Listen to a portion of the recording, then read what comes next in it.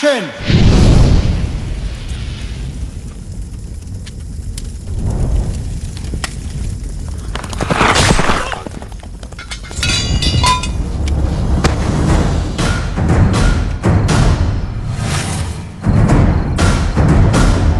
ఏంటిది? 10 మందితో చేతులెత్తి దండం పెట్టించుకునే అవకాశం ఆ భగవంతుడు మన 2 వంశాలకే ఇచ్చాడు. ఆ అహంతో జనాల్ని తొక్కేశాడు. వద్దని చెప్పాను, వినలేదు, చంపేశాను. కూలి చేసుకునే జనం ప్రాణం కోసం నా బిడ్డనే చంపుతావా? తప్పు. జనం వేరు, మనం వేరు కాదు. అందరి ప్రాణం ఒక్కటే. ఇక ముందు ఇలాంటివి జరగకూడదు. జరుగుతాయి. ఏం చేస్తావు?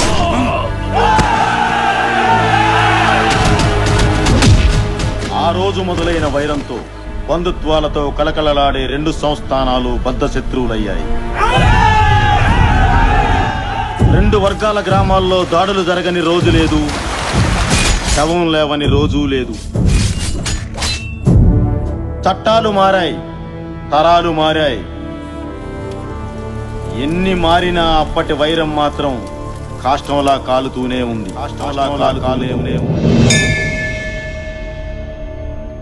2 తరాల నుంచి ఈ అకృత్యాలను తన కళ్ళతో చూసిన ఆ 2 వంశీకులకు సంబంధికుడైన రాజా రంగనాయకులు ఆ వంశాల మధ్య రాజీ ప్రయత్నం చెయ్యాలని సంకల్పించాడు.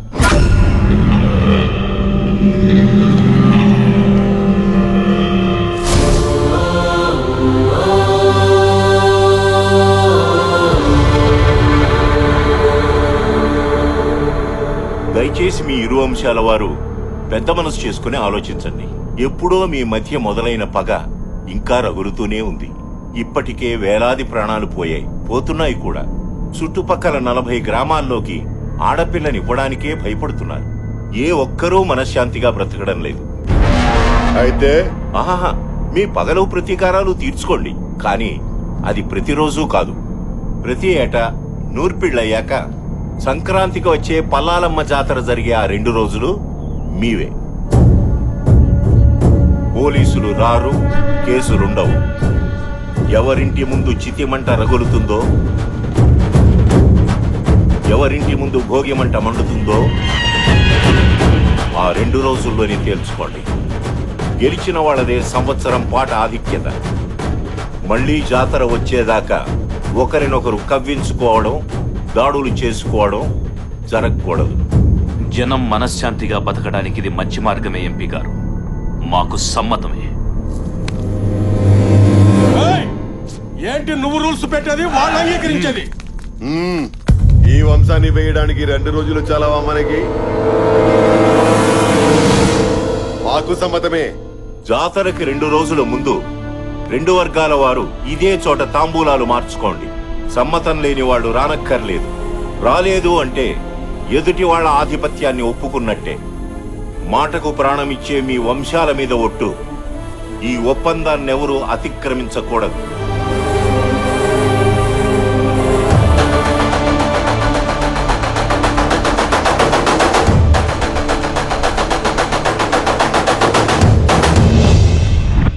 ఆ నిర్ణయం ప్రకారం అప్పటి నుంచి జరుగుతున్న ఉత్సవాల్లో వాసురెడ్డి వారే గెలుస్తున్నారు.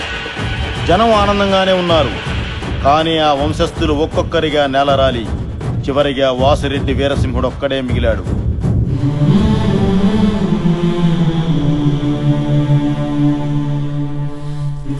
తాంబూలానికి వస్తున్నాం పంతులు గారు. అయ్యా, ఓడిన శత్రువు బలాన్ని పెంచుకున్నాడు. మీరు అందరినీ పోగొట్టుకుని ఒంటరి వారయ్యారు. భగవంతుడు మీకు 3 ఆడపిల్లల్ని ఇచ్చాడే తప్ప ఇంటి వారసుని ఇవ్వలేదు. మీ తర్వాత ఈ జనాన్ని వాళ్ళు ఏం చేస్తారో నేను భయం వేస్తుందయ్యా. అయ్యా, అమ్మగారు హాస్పిటల్లో ప్రసవించారు. ఇంటికి వారసుడు పుట్టాడయ్యా. దేవుడు కరుణించాడు. బిడ్డ మహత్జాతకుడవుతాడు.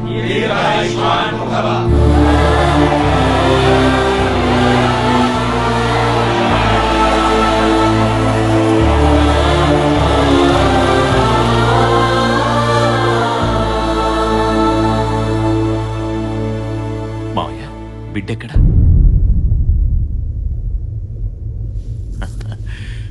ప్రాణం లేకుండా పుట్టాడు.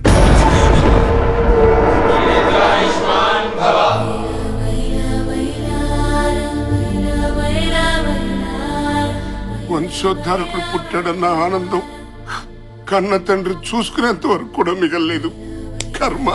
కర్మలుడు గారు. ఈ విషయం వసుంధరకు తెలుసా? తెలియదు గారు.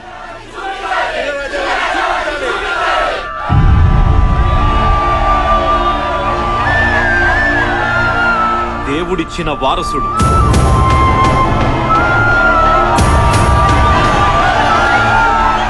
నా తరువాత జనానికి బలం లేదనుకున్న వారికి ఆ భగవంతుడు పంపిన బ్రహ్మాస్త్రం. ఈ రోజు నుండి నాతో పాటు మీరు కూడా వీణ్ణి మర్చిపోవాలి. వీణ్ణి శత్రువు వెన్నులో చలి పుట్టించే ఆయుధంగా తయారు చేసి 25 ఏళ్ల తరువాత మీ ముందు గర్వంగా నిలబెడతాను. దానికి మీ ఆశీర్వాదం కావాలి.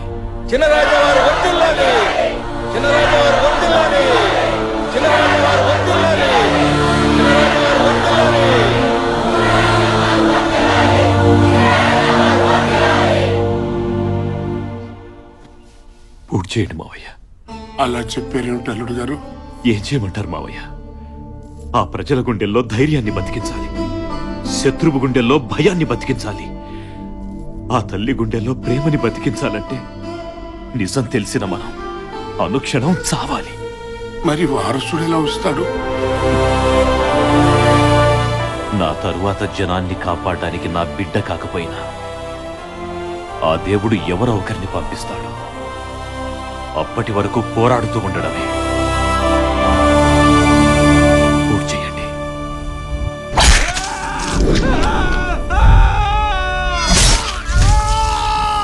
ఆ మనోవ్యతతో వెళ్ళిన ఆయన ఆ సంవత్సరం ఓడిపోయారు.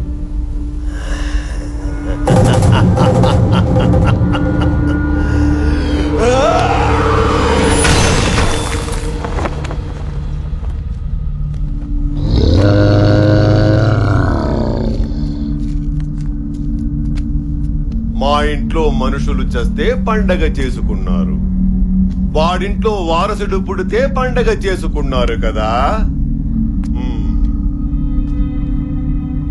ఈ రోజు నుంచి ఈ ప్రాంతంలో ఎవరు మగబిడ్డని కనడానికి వీల్లేదు.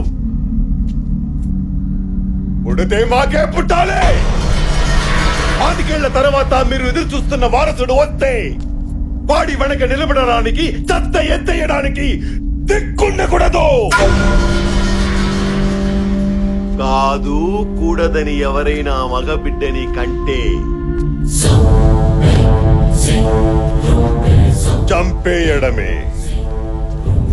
ఇక ఈ జెండా దించేవాడు గాని ఇంకో జెండా ఎగిరేసేవాడు గాని రాలేడు, రానివ్వను.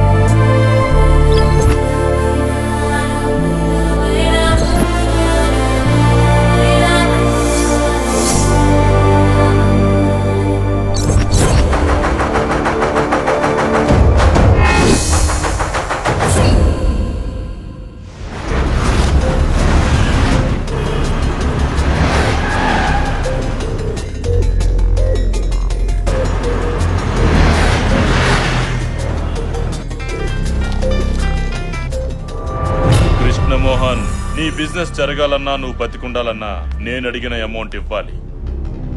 నా కెరీర్ లో ఫస్ట్ టైం 5 సార్లు ఫోన్ చేయించుకున్నావు. ఫస్ట్ టైం నేను నీకు 5 సార్లు ఆన్సర్ చేశాను. నీ డిమాండ్ కరెక్ట్ కాదు.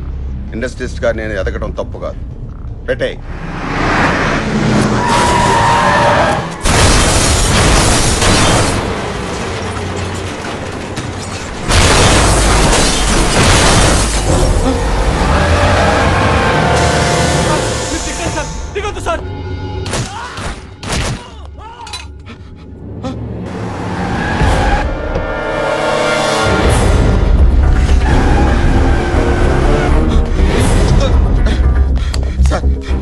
వాళ్ళని చంపడానికి వస్తున్నారు సార్. నన్ను కాపాడండి sir. Please sir, please sir. Sir sir sir నన్ను కాపాడండి సార్. వాళ్ళని చంపడానికి వస్తున్నారు సార్. చంపితే చావు, మధ్యలో మమ్మల్ని చావమంటావా? అది కాదు సార్. అర్థం కదా? Hello, yes.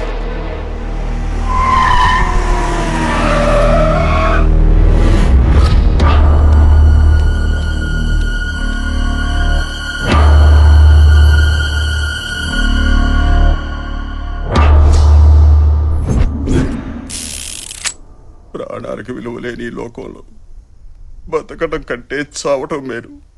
చంపి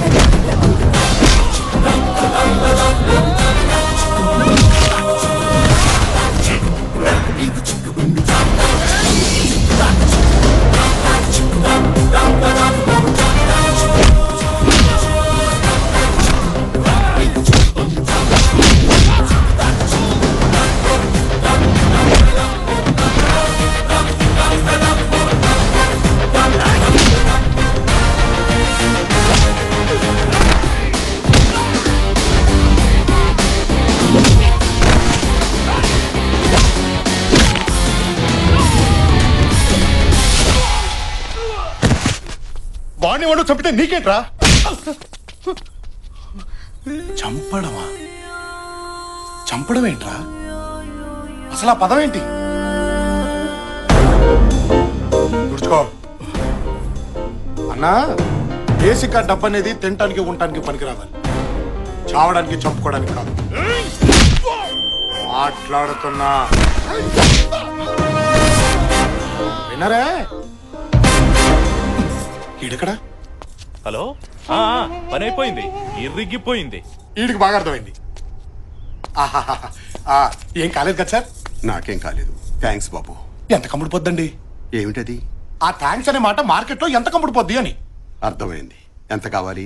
ఇప్పుడు బై మిస్టేక్ మీరు పోయారే అనుకోండి సార్. పోయారే అనుకోండి, అంత్యక్రియలకి, పందిళ్ళకి, పంతులకి, పిండాలకి, వస్త్రదానం, గోదానం, భూదానం, అన్నదానం, ఆదానం, ఈదానం అని బోలెడు ఖర్చేది కదా సార్. ఇప్పుడు అదంతా మిగిలినట్టేగా. ఆ మిగిలింది ఇవ్వండి సార్. నీ లాజిక్ బాగుందయ్యా. నా లెవెల్కి అయితే 10 లక్షలు ఖర్చు పెడతారు. అవును, ఇందాక గొడవలో నీకేమైనా అయ్యుంటే? సార్, ఆ దేవుడు మనకో లైఫ్ ఇచ్చాడు, 10 మంది లైఫ్లు నిలబెట్టే దమ్ము ఇచ్చాడు. మన ప్రాణం పైన ఒకరిని కాపాడామనే సాటిస్ఫాక్షన్ ఉంటుంది చూడండి, అది చాలు సార్. ఈ ప్రాసెస్ లో మనం పైన ఏడ్చేవాడు ఒక్కడు కూడా లేడు సార్, అనాథని. విషయం ఉందయ్యా నీలో.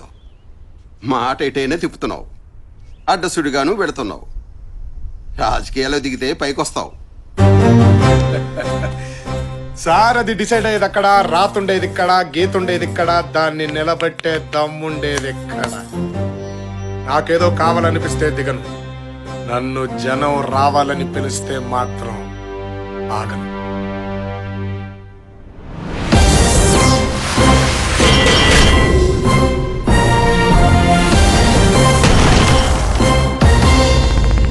పార్టీయా? నువ్వా? 2000 పైసా కొడతీవు కదరా? ఏం లేదురా, మినిమం బ్యాంక్ బ్యాలెన్స్ 50 లక్షలు దాటితే గానీ లవ్ లో దిగకూడదు అనుకున్నా. ఓహో, 60 లక్షలు అయితే గానీ పెళ్లి చేసుకోవద్దు అనుకున్నా. అలాంటిది ఇందాక రిస్క్ లో ఏకంగా 25 లక్షలు వచ్చేసిందిరా.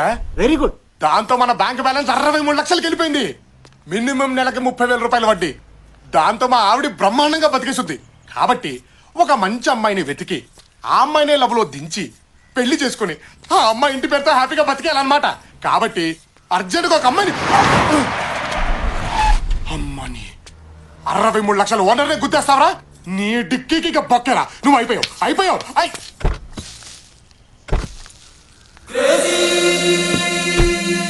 అమ్మాయి ముచ్చటగా ఉందే. అచ్చి బాబాయ్ వెళ్ళిపోతుంది.